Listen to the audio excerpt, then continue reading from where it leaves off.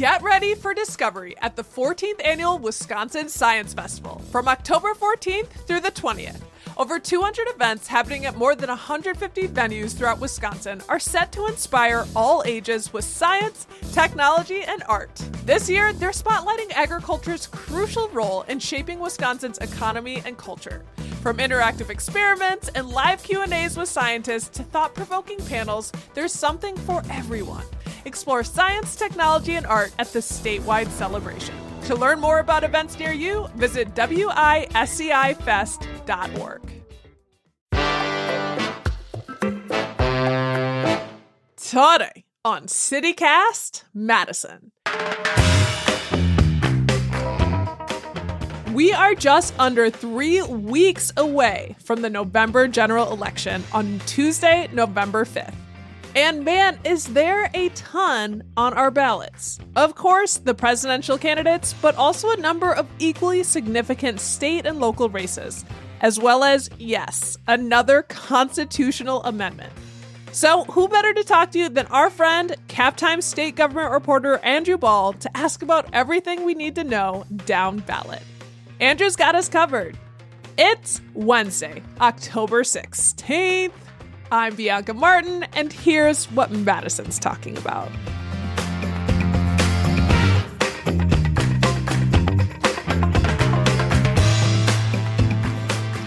Good morning, Madison City Casters. It's a good day in the neighborhood. I'm here with executive producer Haley Sperling. Hey. Hey, girl, hey. So before we jump into today's conversation, we want to take a quick moment and welcome any new listeners to our show. Hello there. Thank you for being here. We're super excited that you've chosen to listen to us. And I want to talk a bit about our mission here at CityCast Madison. May I, Haley? Please take it away. So it's our goal every day to bring you the most compelling stories, the most exciting, interesting people, and their best insider recs for Madison. So you can make the most out of the city and also make the city better, frankly. Yes, I love that, Bianca. We truly have such a unique job in producing a daily podcast and newsletter. And I think that it's something that we all really love because of how much we love Madison. And with our fall campaign happening this week, I think it's a great time to remind people of not only why we do what we do, but how we do it. Because shockingly or not, there's a lot of work that goes into these two products. For example, one podcast episode alone can take weeks from conception to preparation and editing before it finally publishes. And truly, all of that work would not be possible without member support. Yes, and we do it daily.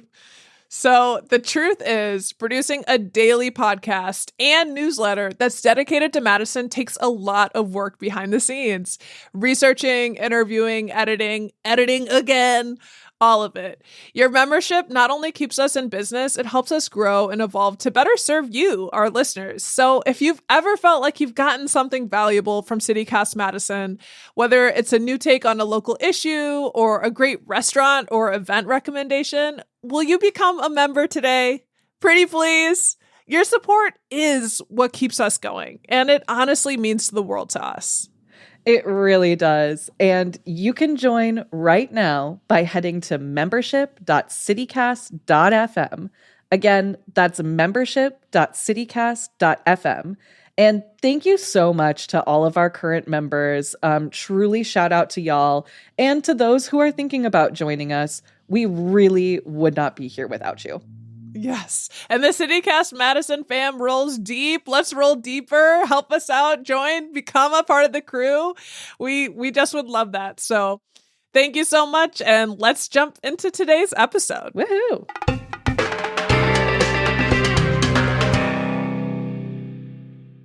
Hi, Andrew.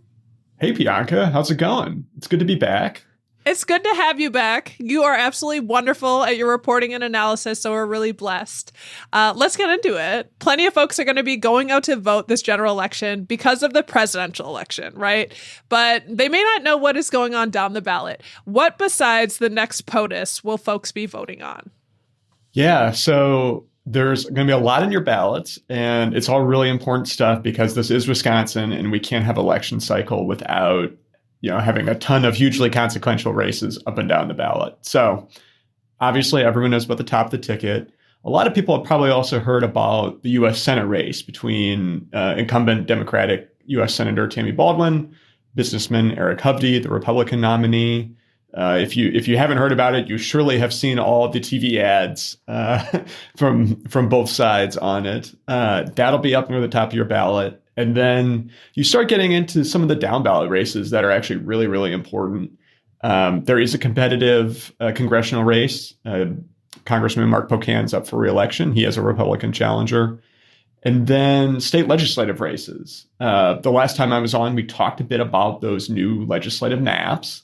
But a refresher for folks who don't listen to your awesome podcast all the time. We have new maps after the state Supreme Court said, we got to do this again. The old maps are unconstitutional.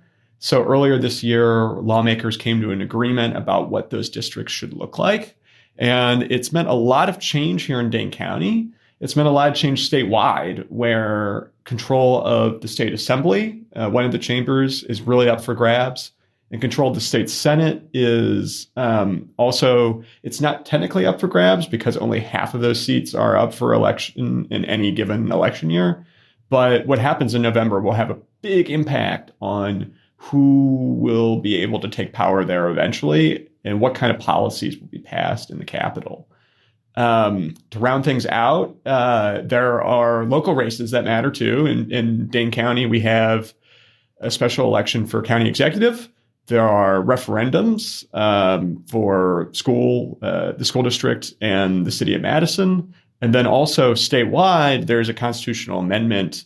If people are not sick of constitutional amendments already, they will be after November because there's one more that has to do with voting and whether non-U.S. citizens can vote. So that's a lot. It is a lot. That's a lot on our ballot.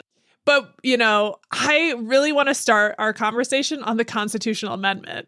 Even though people might be sick of them, it's like totally here to stay, at least at this moment. And we've got this kind of another major constitutional amendment on the ballot. So let's talk about it. My understanding is that this one which shall be on everyone's November 5th ballot, the vote is to change the Constitution to forbidding city governments from allowing non-citizens to vote in local elections. And my question is, do non-citizens vote in our elections currently? Yeah, the interesting thing about this constitutional amendment is there are a lot of different layers. So we'll probably unpack those as we go. But the answer to your question in Wisconsin anyway is no. The answer to the question across the U.S. is it depends where you live. This is not an issue in Wisconsin. There are no local governments that give non-citizens the ability to vote for mayor or school board or city council. There are some local governments in California, Vermont, and Maryland who do. And when Republican lawmakers proposed putting this on the ballot, they said, well, Wisconsin doesn't want to be like any of those. Wisconsin wants to be different. They've called it like a common sense kind of policy. And a quick fun fact, actually, that I turned up while reporting on this, it actually is not unprecedented for non-U.S. citizens to be able to vote in elections in Wisconsin. If we go back in the early days of Wisconsin, non-U.S. citizens could vote in any election. They could vote for governor. They could vote for president. It was used as a way to try to get people to move here when they landed at Ellis Island and were trying to figure out their next steps. It was an incentive to get people to move to Wisconsin. Hey, we got voting rights over here. Come on over. Exactly. Yeah. That doesn't exist anymore. It hasn't existed for some time, but it's kind of an interesting fact. But where this starts to kind of get messy is there has been a growing push among certain segments of conservative groups, conservative lawmakers, to raise these claims that non-U.S. citizens are currently voting in U.S. elections. There is no evidence that this takes place on any widespread basis. Admittedly, Wisconsin does not have any. There are checks in place if you are, for instance, serving a felony sentence to make sure that you are not in the voter rolls. We don't have anything quite like that for citizenship, but there are safeguards in place, and there's no evidence this happens on any sort of widespread basis. Yeah. But you mentioned that there is voting. So that it does happen in 3 states, California, Vermont, Maryland, and some cities. Like, what's different there? What's their reasoning behind having non-citizens vote in some of those local elections? Yeah. So and I will say it is illegal for non-U.S. citizens to vote in federal elections. And the state of Wisconsin and a lot of states, I think, have language in the books preventing them from voting in state elections. It's up to each state, though, to have language as far as local elections. And like, for instance, in College Park, Maryland, and Tacoma Park, Maryland, 2 places that have had this for some time, the argument there, they said, well, people who are not U.S. citizens still pay taxes, and those taxes fund local services. They might have children in the local school district. Why shouldn't they have a voice in what goes on there? So it's an interesting argument. It's kind of an interesting debate. It is, I think, merging with this other debate, though, of, this broader push to try and get people to believe that non-U.S. citizens are voting in large numbers. Former President Donald Trump has made claims to that effect that are baseless. And so it's kind of a tricky issue. Yeah. So folks on the side of the issue that are pushing for this constitutional amendment are saying that voter fraud is happening, that there are non-citizens voting, or just that they don't want the potential. I think I saw maybe in your story that it's closing a loophole. Yeah, for this constitution in particular, it's been framed as, like you said, closing a loophole. We want to be common sense in Wisconsin. We don't want to be like liberal California, doing all these wild, wacky policies. But it also at times, it dovetails with kind of these broader allegations about voter fraud. So the specific arguments in favor of the amendment have not quite gone there, but there has been some overlap. And of course, there are people who are concerned about this, who think that it is kind of trying to raise these baseless fraud allegations and are concerned about it maybe being used down the line to roll back voting rights. Yeah, I mean, just where I'm standing, I'm thinking, why try and change the state constitution for an issue that's not proven to be here? There's not data backing that this is happening. It's like, well, if it was addressing an issue, but at this point it is in the hypothetical, theoretical, because it's not happening. We can't ignore the elephant in the room, pun intended, that it seems like this is related to this election cycle in particular, where immigration is a huge part of the conversation. Yeah, there is a larger context here. And, there have been arguments that if this amendment passes, it could pave the way for Wisconsin to enact a law similar to like what Arizona used to have, where you have to provide proof of citizenship to register to vote. Not everyone, even who are U.S. citizens, has proof that they're a citizen. You might not have your birth certificate for any number of reasons. Admittedly, the Republican legislature could have done that before, but that is an argument that has been raised. And the big argument is what you just said, that critics have, is it's not an issue. Why bother? So we'll see how it plays out. We'll see how it plays out. And I got to say, I mean, we really are seeing more and more of these constitutional amendments on the ballot, right? Like, that's not just a feeling that they're coming in, they're rolling in, and more than I've ever seen them. Yeah, I did a little bit of research for this back during the August primary, but I believe this is the most constitutional amendments we've seen in over a 3 or 4 year period, going back to like decades and decades. I think the 70s or 80s. So it is a trend. It's not just you, Bianca. So why do you think we're seeing more of these amendments? Well, it comes down to the fact that Governor Tony Evers won re-election, and Republicans don't have enough votes to override his veto, typically. So if they want to enact some of these changes, this is kind of the only way they can do it. And I will also say, there's a concern, depending on how things play out over the long term with the state Supreme Court, some Republicans would like to start putting things in the Constitution so the state Supreme Court cannot strike them down later. Our last election, the August 13th primary, voters rejected the 2 constitutional amendments. Part of me wonders if the GOP might think that this tactic isn't working. But then again, it worked in the spring election for them to get some changes. So try 3, is this, what's the thinking there? Do you know? Yeah, well, in the August primary was a really interesting example. There was a lot of spending from Democratic aligned groups, voting rights groups opposing the amendment. And there wasn't a ton of spending on the Republican side to match that. And it kind of, for these constitutional amendments, they're really vague. They're not easy always to understand. So kind of whoever is able to get their message out there to the most number of people about what the amendment means, even if they are playing a little fast and loose with what the amendment actually means, is generally going to do pretty well for themselves. I'm so glad that you brought up the fact that these constitutional amendments are often worded in really wild ways that we just can't access. And that is why we dedicated so much time in this episode talking to you, Andrew, about the amendment so we could flesh it out. So thank you for doing that.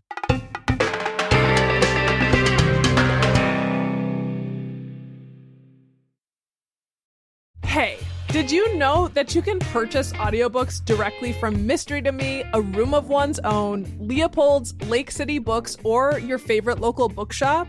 With Libro.fm, you can pick from more than 500,000 audiobooks, including bestsellers and recommendations from real booksellers. You get the same audiobooks at the same price as the largest audiobook company out there. You know the name. But you'll be part of a different story, one that supports your local community. If you're new to audiobooks, they're the perfect ways to squeeze more reading into your life. You can listen with the free Libro.fm app while you do your chores, walk the dog, relax when you're headed to bed, anytime. If you already love audiobooks and don't know what to listen to next, you can check out recommendations from folks who know best, booksellers. We've got a CityCast special offer. Get 3 audiobooks for the price of 1 with your first month of membership with code Madison. Explore the wonders of science at the 14th Annual Wisconsin Science Festival. It's October 14th through the 20th. With over 200 events happening in 50 counties throughout Wisconsin, this statewide celebration brings science, technology, and arts to all ages. On October 14th, dive into Crossroads of Ideas, where experts tackle the future of sustainable farming and explore the challenges and innovations shaping Wisconsin agriculture today. On October 15th, head to the iconic Majestic Theater for big ideas for busy people, Fields of Wonder. And get ready for a fast-paced, fun-filled night of nerdy flash talks, music, dance, and hands-on crafts. Science on the Square takes over the Madison Night Market on Thursday, October 17th, and then check out the Community Expo Day at the Discovery Building on October 19th. From interactive experiments and live Q&As with scientists to thought-provoking panels, there's something for everyone. Explore science, technology, and art at this statewide celebration. For details, visit wiscifest.org. We also want to talk to you about our local races. And District 48, which covers much of Madison's far east side, stretching into Sun Prairie, there are 2 candidates. It's one of our, competitive races. Can you give us a rundown of those candidates and the issues they're running on?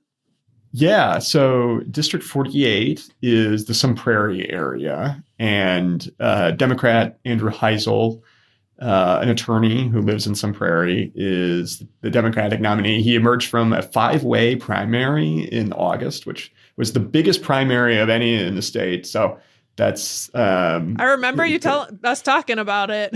Yeah, it laid the groundwork kind of for an interesting race. And then on the Republican side, you have Lisa Rubrich, the Republican nominee. And Sun Prairie, it's interesting looking at these races and talking to all these different candidates because a lot of the same issues come up. And in Sun Prairie, like in much of Dane County, housing is a big deal. Cost of childcare is a big deal. You hear a lot about education with a lot of school districts in the Madison area having to go to referendum. Funding for education is on people's minds. So an interesting race there. that seat is going to have a new voice representing it because the old lawmaker, Representative Samba Balde, tried to run for the state Senate and was defeated in the primary. So it is important for people, I'm sure for all the legislative races we're talking about, to go learn about these candidates and where they stand, because they're not going to be people who you maybe necessarily are familiar with. They're going to be new, fresh faces. So that was like kind of our competitive race. I don't know how competitive it'll be, but wanted to start there. But we've got a lot of people running unopposed that I still want us to chat about. Starting in District 78 includes Monona, South Madison, parts of McFarland, and Democrat Sheila Stubbs is running in that district unopposed. What should people know about her as a candidate? Yeah, so this is another one where there was a competitive primary, and Representative Stubbs has deep ties to the Madison area. She's been in the assembly for a couple years. She also has a background going back in county politics, going back some ways. So she is she is more in the category of if you pay attention to things, you would definitely recognize the name. But that is something to watch as we head into January, because like you said, it's an uncontested race, should be back in the Capitol, but certainly kind of interesting. All right, well, let's talk about Senate District 16. We are seeing Democrat Melissa Ratcliffe also running unopposed. What can you tell us about her background? Yeah, so she won a pretty contested three-way primary. So each state Senate district is made up of 3 state assembly districts. And in that primary, all 3 state assembly members in that district ran for the state Senate seat, which is unusual. We talked, I think, a little bit about that last time. And Representative Ratcliffe won. She has an interesting background. She's been involved advocacy. She has a child who is transgender and has been doing a lot of advocacy on that space. And she will be stepping into the Senate seat that was held by Senator Melissa Agard, who is running for county executive. And it sounds like you covered a little bit on last week's show. So someone who knows the Capitol is always an asset in the state Senate, where it's a smaller chamber. There's kind of more of a priority on getting things done. So definitely something that people should be keeping an eye out for. That district includes, it's like Fitchburg, Sun Prairie, even down into Cottage Grove, even down into parts of Jefferson County. And one more unopposed candidate on the other side of town in the new 77th district is Democrat Renuka Mayadev. What are her top issues? Yeah, so that is an entirely a kind of new district. And what's interesting is if you have any students listening to this, it's the first time in over a decade that we have all of the UW-Madison campus area in one assembly district. It used to be divided. When I was a UW-Madison student, it was a big pain because you never quite knew who to go to. That's all out the window now. And Renuka Mayadev is an interesting background. She works a lot on maternal and child health, but also has a policy background going back many years. She worked for former governor of Ohio, Ted Strickland. I think also of interest for folks is I believe she'll be the first person of South Asian descent to serve in the state legislature, which is an interesting kind of historical moment. It's kind of wild to think that was the first. Before we go, I did actually want to ask about Mark Pocan's seat, because that's kind of a big race. What can you tell us there? Yeah, so it is an interesting race. It will probably be off people's radars. There are a few really competitive races for Congress in Wisconsin. The 2nd Congressional District is not generally one of them. Yeah, he's held the seat for quite some time. Yeah, and he's a mainstay in Dane County, going back to time in the state legislature. He does have an opponent, though, Eric Olson, an attorney, who's a Republican. But it will be, I think, a pretty safe Democratic seat. Still important for folks to go out there and learn about the candidates, but not one of the more competitive ones in Wisconsin. Well, we covered a lot so far, Andrew. Is there anything else on your mind that you'd want to share with folks listening about this election before we let you go? Yeah, I won't do a deep dive on the candidates, but I will mention 3 districts that include a bit of Madison, but which are part of kind of a larger district that goes off into different counties. And they're actually 3 very competitive races, and control over the state Senate and state assembly could kind of hinge on them. But people might not even realize in Madison that they are in these districts because they're totally changed. And that is Senate District 14, which starts over kind of by the airport, goes up through to Forest, and includes Columbia County, Richland County, part of Adams County, and Sauk County. And that's between Senator Joan Ballwig and Sarah Kieski, who's a mental health professional from Lodi. Part of that Senate district is also Assembly District 42, which is for those folks around the airport in Madison and East Madison and into Forest. And that's Republican Rebecca Witherspoon, Democrat Maureen McCarville. And then if you live in Cottage Grove or thereabouts, you also have a district that starts there and goes out into Jefferson County, like Fort Atkinson area. That's going to be a really competitive race as well between Jennifer Quimby, a Republican, and Joan Fitzgerald, a Democrat. So for folks in Dane County, definitely go look up who is on the ballot, because these are races that have a big impact. I think voters in Madison often assume, it's not really, Democrats always going to win because of kind of the political makeup we have. And under the new maps, that's not necessarily true. So we have some really competitive races that folks should familiarize themselves with. Well, I'm glad I asked and that you could highlight those. And thank you so much for bringing your great reporting and insights to CityCast, Andrew. We just appreciate you so much. Oh, well, you're too kind, Bianca. And I'm really grateful for your awesome podcast to help inform everyone on all this important stuff. This is really great. That's Andrew Ball, state government reporter at the Cap Times. If you want to check out his reporting on the constitutional amendment, local races, and more, head to our show notes for a link.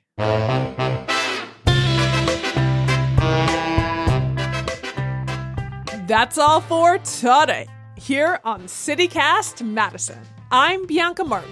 If you enjoyed the show, why not share this episode with your neighbor who has that political sign up in their yard? They want to know this stuff. And a reminder that our fall campaign is underway. Become a CityCast Madison member and get good feelings and great perks. Go to membership.citycast.fm right now to join. If you're already a member, thank you. We appreciate you so much, and we couldn't do this work without you. All right, y'all, we'll be back tomorrow morning with more stories from around the city. Until then, take excellent care.